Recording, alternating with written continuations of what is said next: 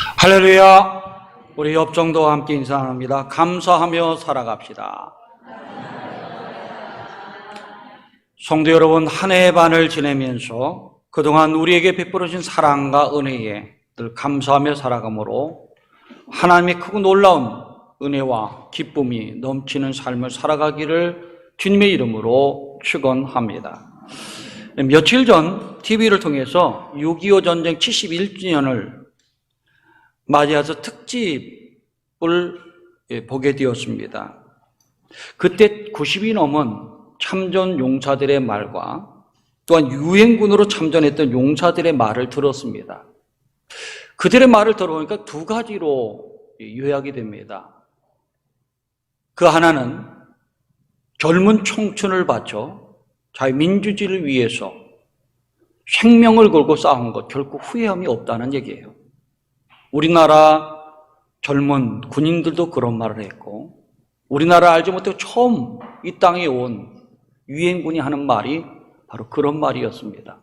또 하나는 나라와 자유를 위해서 생명 걸고 피땀 흘려 싸운 용사들을 결코 잊지 말라는 얘기입니다. 정말 고맙습니다. 감사합니다.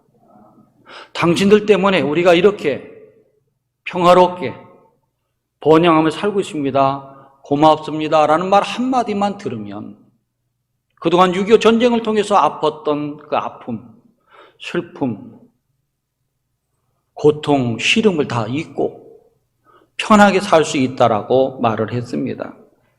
그런데 안타까운 사실은 71주년이 지난 지금 그분들의 피와 땀과 눈물과 헌신과 희생을 기억하는 사람이 점점 없어지고 있다는 사실입니다.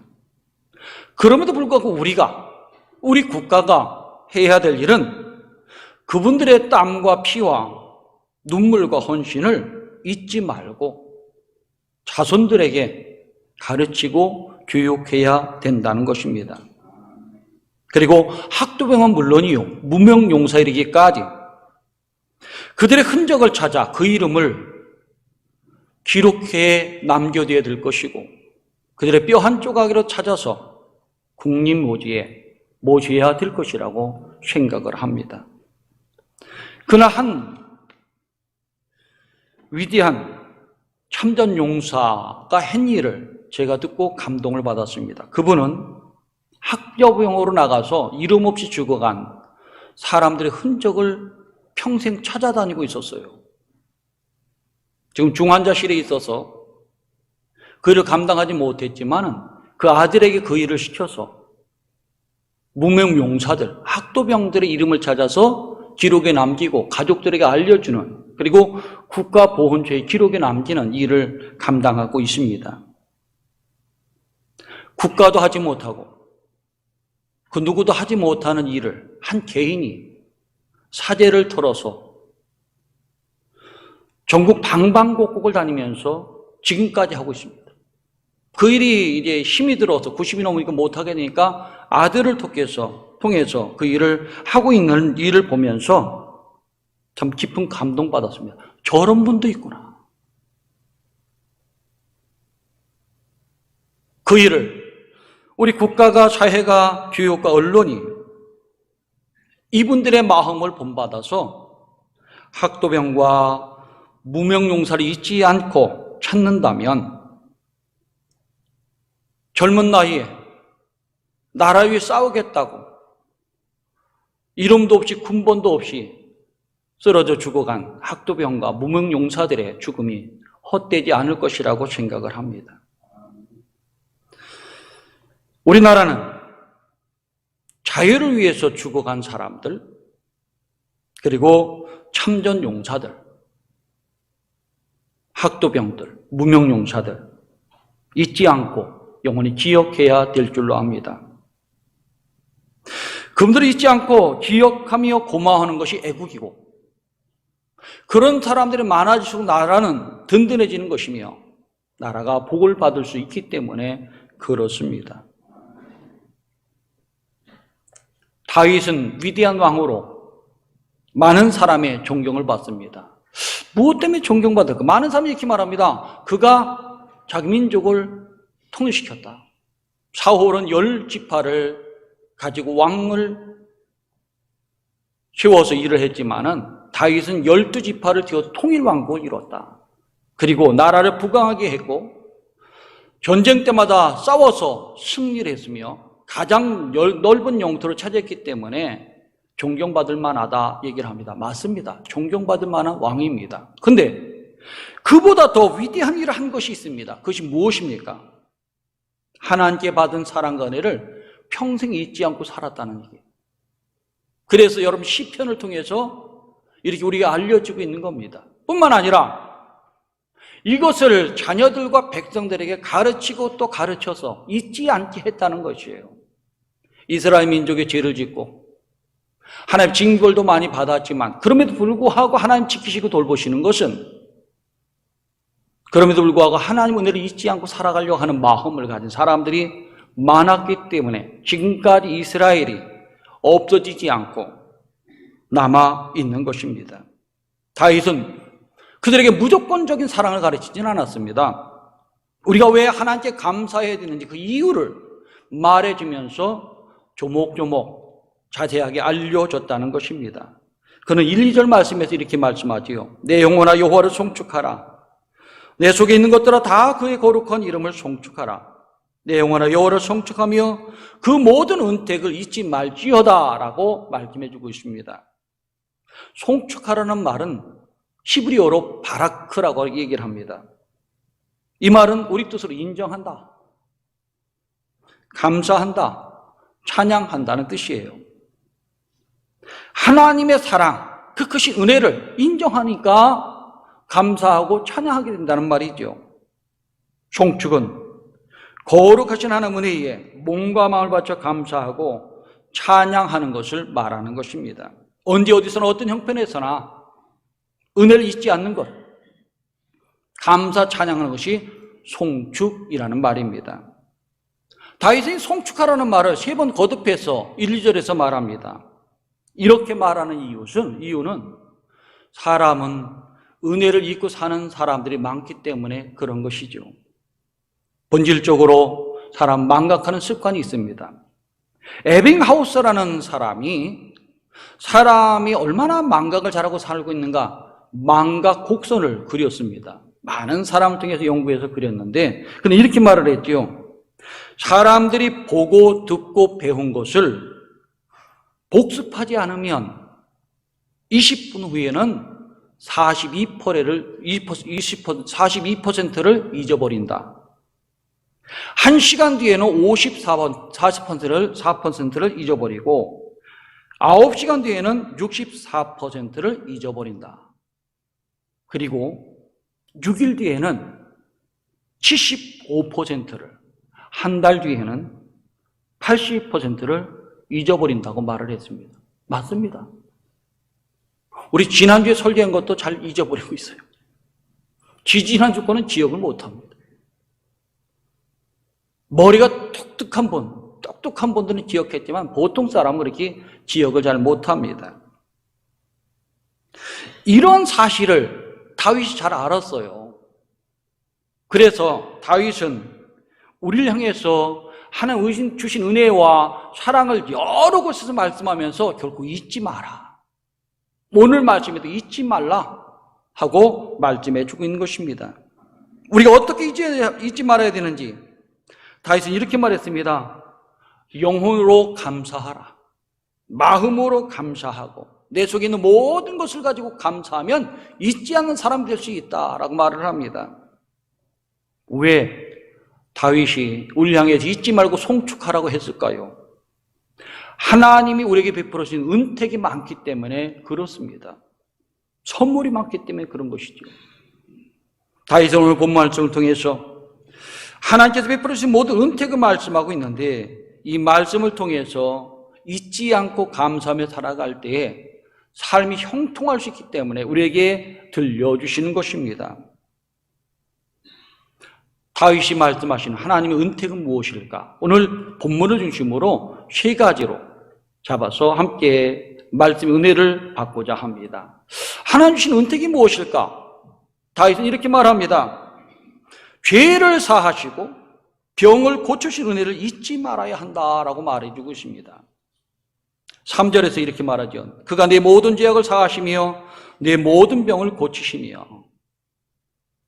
죄 사함을 병 고침보다도 앞에 두고 있습니다. 우리가 생각할 때 병 고침이 참 중요한 것 같은데 왜 죄 사함을 먼저 이렇게 앞에 두고 있는 것일까? 병은 고치지 못해서 살 수가 있어요. 병과 함께 살아갈 수가 있고 의학이 발달하고 약이 발달되면 고칠 수가 있어요. 근데 죄악은 고칠 수가 없어요. 죄악 속에 빠져들면 그 사람은 하나님을 저버리게 되고 하나님 은총 속에 살지 못하게 되기 때문에 결국 죽음의 길로 갑니다. 죄를 지은 자마다 죽음의 길, 멸망의 길, 진노의 길로 가는 거예요. 이거는 어떤 약으로도 고칠 수가 없어요. 어떤 힘과 능력과 건설로도 해결할 수가 없어요. 그렇기 때문에 사람을 진노해서 멸망해서 구원하는 것은 죄를 사하시는 거기 때문에 죄사함을 먼저 놓고 있는 것입니다. 죄를 지은 자마다 크고 작은 죄를 지은 사람들마다 하나님의 진노를 받아 멸망길로 갑니다. 죽음의 길로 갑니다. 사망의 길로 가는 것이에요. 이것을 불쌍히 여기신 하나님께서 이 땅에 구세주 예수 그리스도를 보내주시고 모든 죄를 담당하고 십자가에 죽게 한 것입니다. 그리고 예수님을 믿는 사람들, 그 피로 씻겨진 사람들은 다 구원을 얻는 은총을 허락해 주신 것입니다.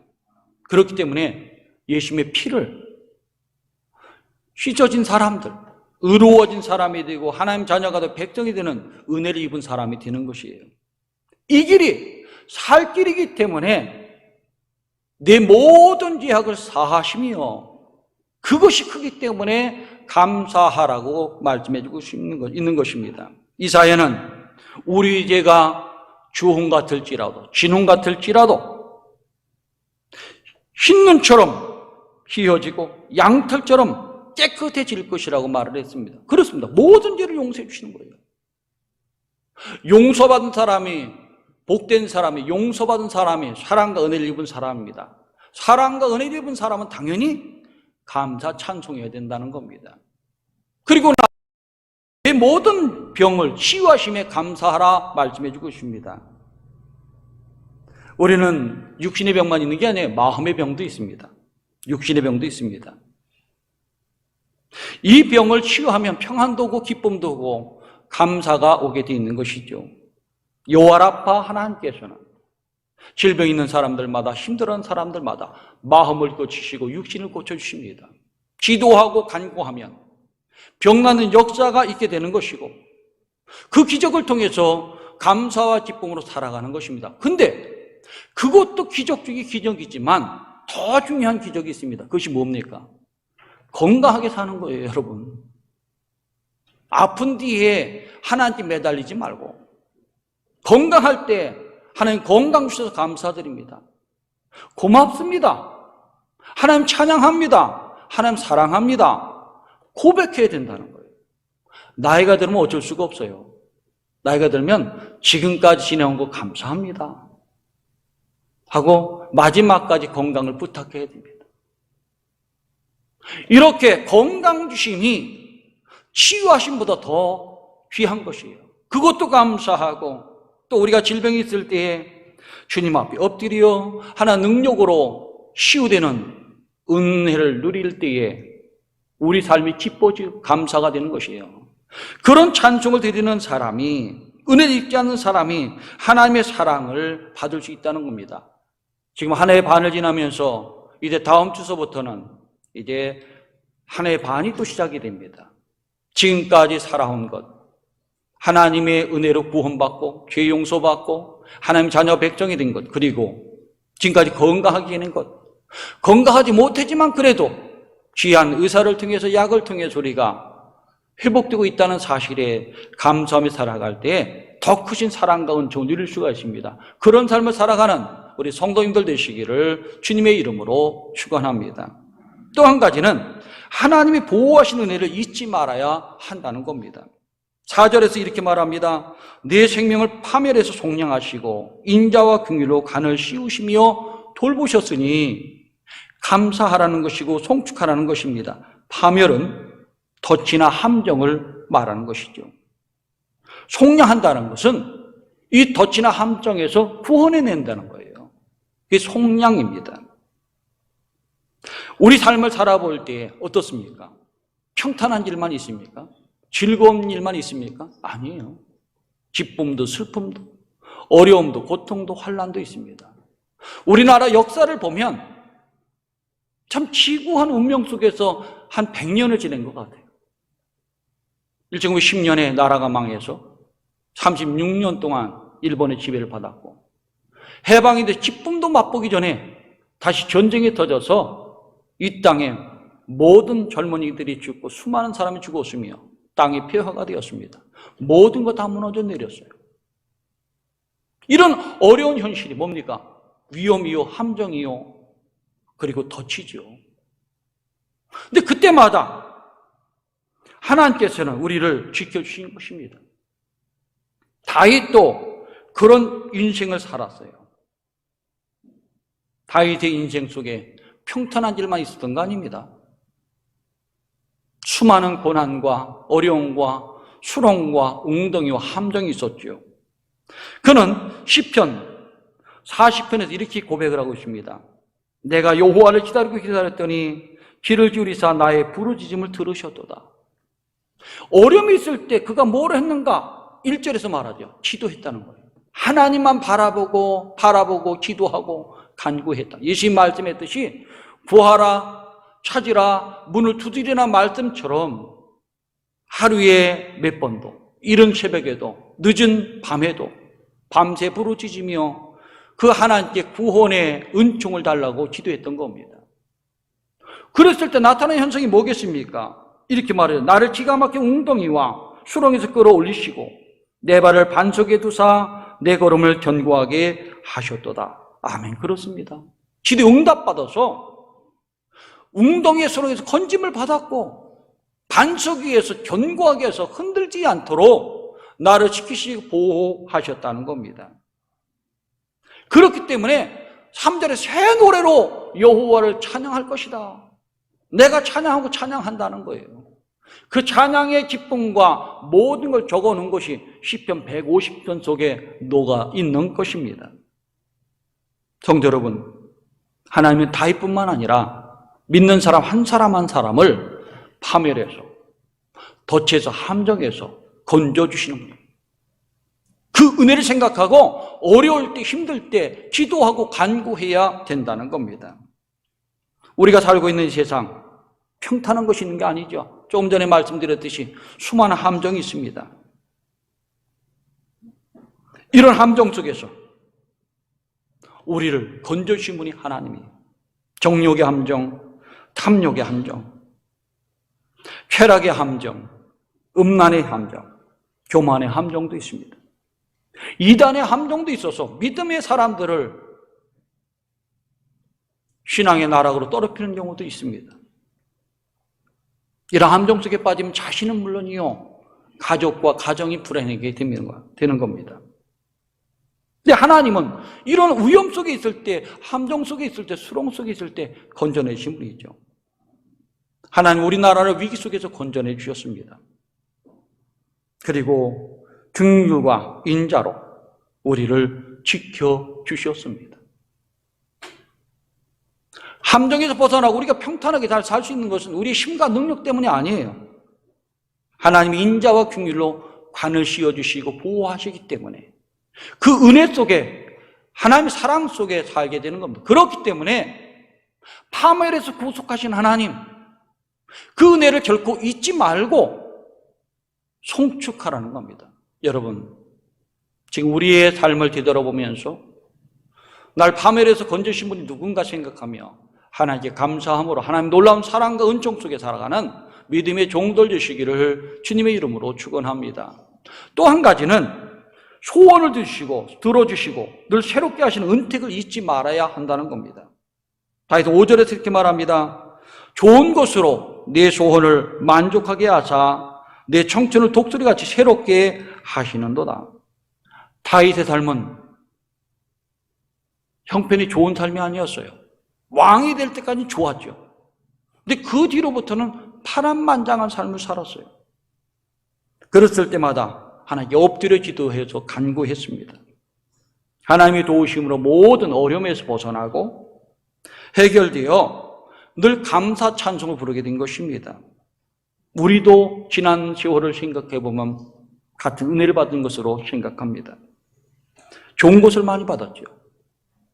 일제시대 때는 하나 은혜로 해방을 받게 되었고 6.25 전쟁 때에는 젊은 청춘들이 나가 싸웠고 이를 모른 유행군이 와서 싸워줬기 때문에 바로 그들의 피와 땀과 생명과 희생으로 우리가 자유민주주의 국가를 이루게 된 것입니다.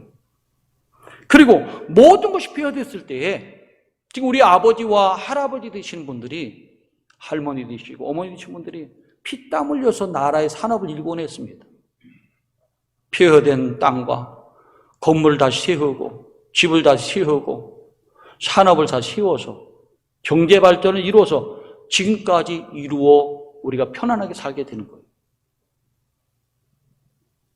그것이 우리 소원 들어준 거 아니겠습니까? 그리고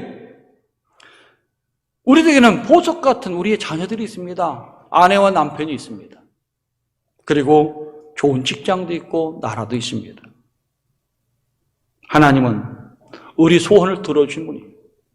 그리고 때때로 말씀을 통해서 우리를 힘있게 하시는 분이에요. 일용할 양식도 주십니다. 우리 모든 욕심에서 건져내시고 거룩하게 살게 하십니다. 삶의 지혜를 주시고 우리 영혼을 소송기심이 되게 하시며 우리를 평안하게 인도해 주십니다. 그리고 믿는 사람도 진리의 길 그리고 생명의 길, 구원의 길로 인도하시는 분이 우리 하나님이십니다. 그래서 우리가 평탄한 삶을 살 수 있도록 감사하며 살 수 있도록 그 소원을 좋은 것으로 채워주신 분입니다. 그런데 특별히 독수리같이 새롭게 한다고 말씀해 주고 있습니다. 왜 우리 청춘을 독수리같이 하신다고 말했을까요? 사람은 나이가 들면 약해져요. 기억력도 약해지고 건강도 약해지고 힘도 없어집니다. 아픈 건 점점 많아져요. 근데 이 독수리도 마찬가지예요. 어느 정도 나이가 들면 부리가 무뎌져 가지고 잘 뜯지를 못해요.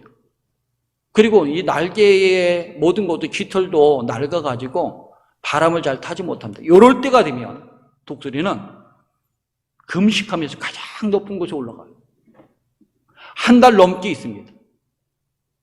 그래서 날개 축지를 다 띄는 거예요. 부리로. 그 다음에 자기 부리를 바위에 자꾸 쏘면 얼마나 아플까요? 생각해보세요. 날개에 있는 거 깃털을 다 뽑아낸다는 거 쉬운 거 아니잖아요. 그리고 있는 부리를 다 쪼아버립니다. 그러면 그 뒤에는 부리가 새로 나고 날개가 다시 생성이 되는 겁니다. 수많은 인내를 통해서 고난의 세월을 보내죠. 그럼 다시 청춘이 되는 거예요. 그럼 마음껏 비바람이 부는데 창공에 날아다니면서 그가 활보할 수가 있습니다. 뿐만 아니라 눈의 시력도 좋아요. 그 높은 곳에서 1km, 2km 넘는 곳에서 조그마한 물체도 바라보고 쏜살같이 달려가는 능력이 있습니다. 그래서 새로운 청춘이 되는 거예요. 예수님을 알지 못했을 때는 인생이 끝인 줄 알았어요. 근데 알고 나니까 나이가 들어도 독수리같이 청춘의 삶을 사는 겁니다. 세상 끝이 아니기 때문에 더 열심히 주님 바라보며 주님 의지하며 주님 말씀대로 살기는 했습니다. 왜? 하나님께 갈 날이 가까우니까. 더 열심히 힘있게 건강하게 사는 것이에요. 믿음이 건강해지는 것이죠. 그래서 육신은 날로 쇠퇴하지만 우리 영혼은 날로 새로워진다라고 말씀해 주고 있습니다. 그렇습니다. 하나님 힘과 능력을 주시고 다른 사람이 바라볼 수 없는 눈을 주십니다. 독수리처럼 먼 곳을 바라보죠. 세상 사람은 살아있는 이 세상 것만 바라보는데 우리는 영원의 눈을 가지고 하나님 나라 바라봅니다. 힘이 없어서 어떻게 살까 하는데 우리는 걱정 없이 힘있게 예배드리며 살아갈 수가 있습니다. 왜냐하면 주님께 내 인생을 보장해 주잖아요. 내 영혼을 소송케 하시고 나를 새롭게 하는 능력이 하나님 아니겠습니까? 그분 붙잡고 살아갈 때 영생을 누릴 수가 있는 겁니다. 이사야는 여호와 하나님을 앙망하는 자가 어떤 복을 받는지 이렇게 말씀 주고 있습니다. 이사야 40장 31절에서 이렇게 말합니다. 오직 여호와를 앙망하는 자는 새 힘을 얻으리니 독수리가 날개치며 올라간 같을 것이요 다른 박자라 해도 곤비하지 아니하고 걸어가도 피곤하지 아니하리로다. 그렇습니다. 독수리 같은 믿음 갖게 된다는 거예요. 그래서 새로운 찬송을 부르며 하나님께 영광을 돌리며 감사하는 삶이 될 수 있다는 겁니다. 하나님은 우리들이 이 세상 살아갈 동안 힘 주시는 분이 아니에요. 힘과 능력과 지혜와 모든 걸 주십니다. 그리고 나서 또 우리 주님 나라 갈 때까지 지키시고 돌보셔서 영생을 허락하시는 겁니다. 그분 믿고 살아가는 사람이 감사 찬송할 수 있는 사람입니다. 다윗은 그래서 많은 백성들에게 하나님 주신 은혜와 사랑을 생각하면서 그 모든 은책을 잊지 말고 송축할지어다 말하는 것입니다. 지난 반년을 돌아보면서 또 코로나 역경 속에서도 감사를 잃지 않고 살아가면 믿음의 종들이 되어서 하나님 넘치는 사랑을 또 받고 기뻐하며 감사하며 사는 우리 성도님들 되시기를 주님의 이름으로 축원합니다. 기도드리겠습니다. 하나님 아버지 감사드립니다. 부족한 저희들을 이전에 불러주시고 하나님 말씀 들을 수 있도록 인도하심을 감사드립니다. 지난 6개월 동안 코로나 역병 속에서 우리와 우리 가정과 자녀와 또 우리 생업을 지켜주셔서 우리 하나님 의지할 수 있도록 인도하심을 감사드립니다. 또한 우리를 죄 가운데서 건져주시고 하나님 자녀로 백성으로 살 수 있도록 많은 은총 베풀어 주심을 감사드립니다. 질병에서 벗어나게 하시고 또 어려움 속에서도 우리를 건져주시고 지켜주심을 감사드립니다. 모든 은혜에 감사하며 찬송하며 예배드리는 믿음의 종들을 한 사람 한 사람 뽑주시고 가정에 자녀 회복을 주셔서 하나님 넘치는 사랑으로 늘 감사와 찬송이 끊어지지 않는 복된 가정이 되고 가문 될 수 있도록 인도하여 주옵소서. 예수님 이름 받들어 감사하며 기도드리옵나이다. 아멘.